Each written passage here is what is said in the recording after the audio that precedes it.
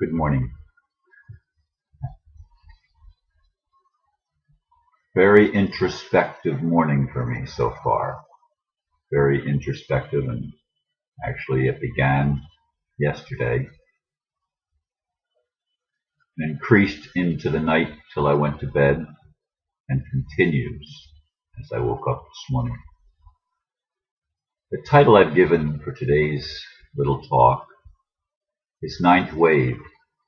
See within, or see without, and look within. And I wrote, the world out there is often called illusion, and with good reason. By only seeing the world around us, it's easy to forget that there is a vital connection to what is going on in here. That's where meditation comes in. It's really important to see the connection if we want to gain greater wisdom. Ask.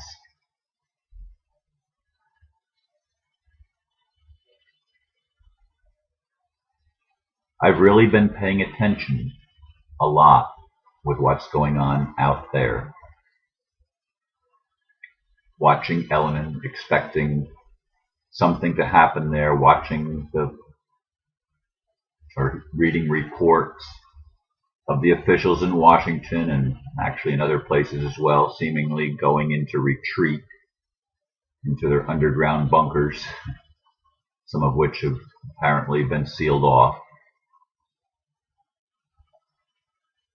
Watching the demonstrations in the United States spread to other parts of the country. There's a lot happening out there. And I do believe that we are supposed to be paying attention to it. But I was reminded by several events and conversations yesterday. I was reminded the importance not getting so carried away with what's going on in the outer world that I fail to see what's going on in me.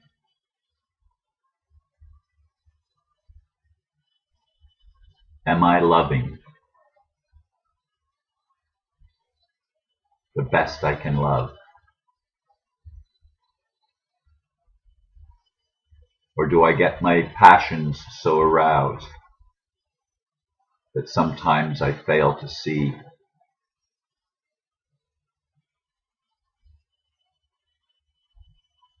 I was going to say how it's affecting someone else. But then a little voice said, sometimes you're going to affect someone else and it's exactly what they need.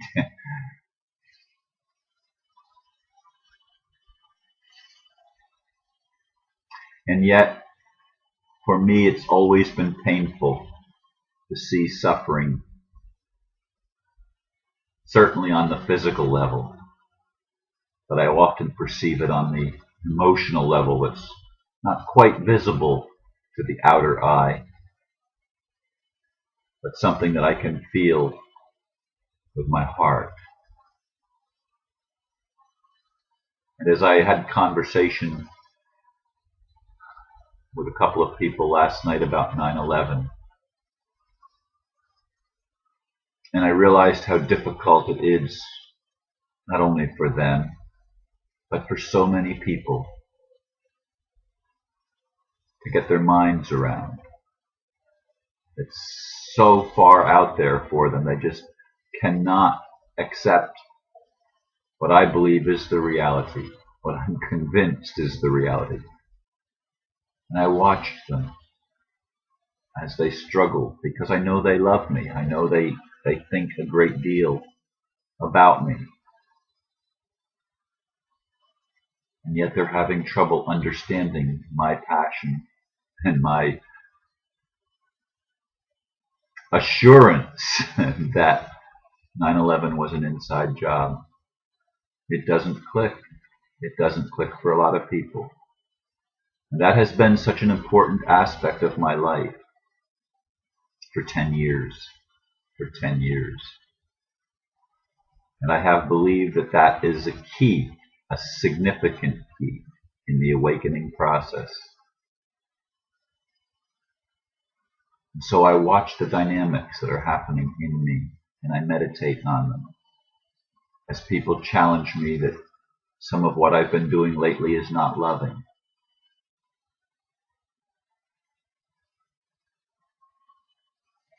And yes, words like that get to me when I'm told that I'm not being loving. And so I examine again and again, what is loving? When my truth, when sharing my truth, seems to wound another person.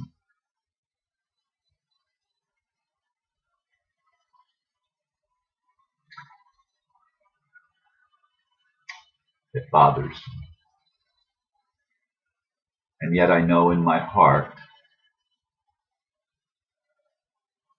that I'm doing what I'm supposed to be doing. And sometimes it's not easy. And it's in the face-to-face or person-to-person that I know, people that I actually know. It's in the interactions with them that it rubs the hardest and is the most difficult for me to understand and get a hold of and be in peace about, because they're people that I care about. So I'm sharing this with you this morning, and I'm telling you that part of my process, a big part of my process for a long time, is to go inside, to ask myself, am I seeing correctly? Am I in balance?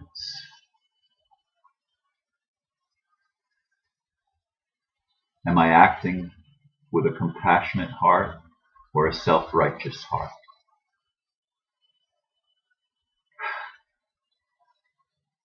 And sometimes it's the latter. It's such an easy trap for me to fall into. It's one of my weaknesses. Probably my greatest weakness is to be right in my own eyes.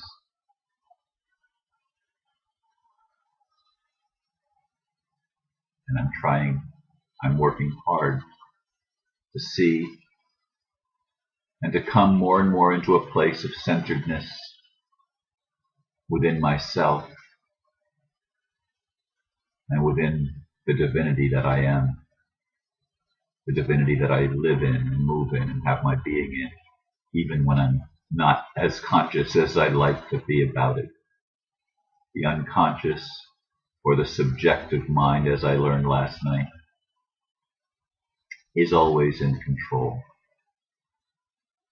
I want to bring that unconscious part of me that some call the subjective mind into not greater control, but I want to know. I want the inner to be made conscious,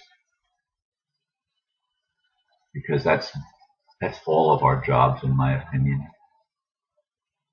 To make peace with the paradox, to embrace the opposites, to create a dance where there was a duel. And it's a significant challenge for me, and I know for all of you that are on this path of waking up. And even those of you that, from my perspective, don't seem to be waking up as fast as I'd like, I realize that you're doing the best you can. Because we really all do the best we can. No matter what it looks like to another person. We're all seeing through the filters of our own experience, our own past, our own belief systems. It's just the way it is. One Christian man, I assume a man, wrote me just a brief note lambasting me and sick of my gay talk and called me a fag. I assume he's quitting being my friend on, I don't remember whether it was Facebook or YouTube. I think YouTube.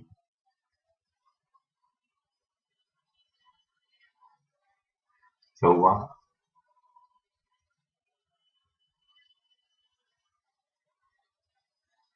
People are where we are. Each of us is where we are right now. And we need to forgive ourselves and love ourselves where we are. And walk in as much integrity as we know how to live. In the closing moments of today's talk, I want to say that a lot of my thought process has also been on my trip to New Jersey, which I actually made reservations in a hotel right in the same town as the banquet's going to be held on Saturday night, and some other events are going to be held Friday. In Mahwah, New Jersey is actually where we're going to have our class reunion. And I'm not in the same hotel, but I actually spent a little bit more money. I could have gotten a cheaper hotel about 20 some miles away, which would be about a 45 minute drive to get to the events. And I decided I'd rather spend, in this case, $30 extra a night and be close and not have to be doing so much running around, to be more centrally located. So I made the decision not to take the people up in New York State up on their offer. People in Durham, North Carolina, that offered me to stay there on the way up and on the way back, I haven't heard from them, and all of my old files, remember, from from 3 weeks ago, they've all been wiped out. I don't have my old computer system and my old files restored. I still believe that there's going to be some level of restoration made, but it hasn't been made yet, and I'm still on the laptop. And I'm just bringing you up to date on that. And part of me is saying that I'm going to somehow figure out a way to drive straight through from Florida to New Jersey and straight back from New Jersey to Florida without stopping in North Carolina. So I still haven't totally made up my mind. That I've made no plans other than the people in Durham, and it's sad, but I don't even remember their names, that offered me to stay there in Durham. In any case,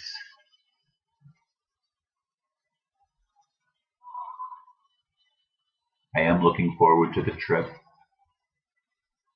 It'll be the first time since 2005 that I will have left Florida. It was my mom's funeral in October 2005 when I left the last time. So it's just about 6 years exactly, almost to the day probably, because it was the beginning of October that my mom's funeral happened in 2005.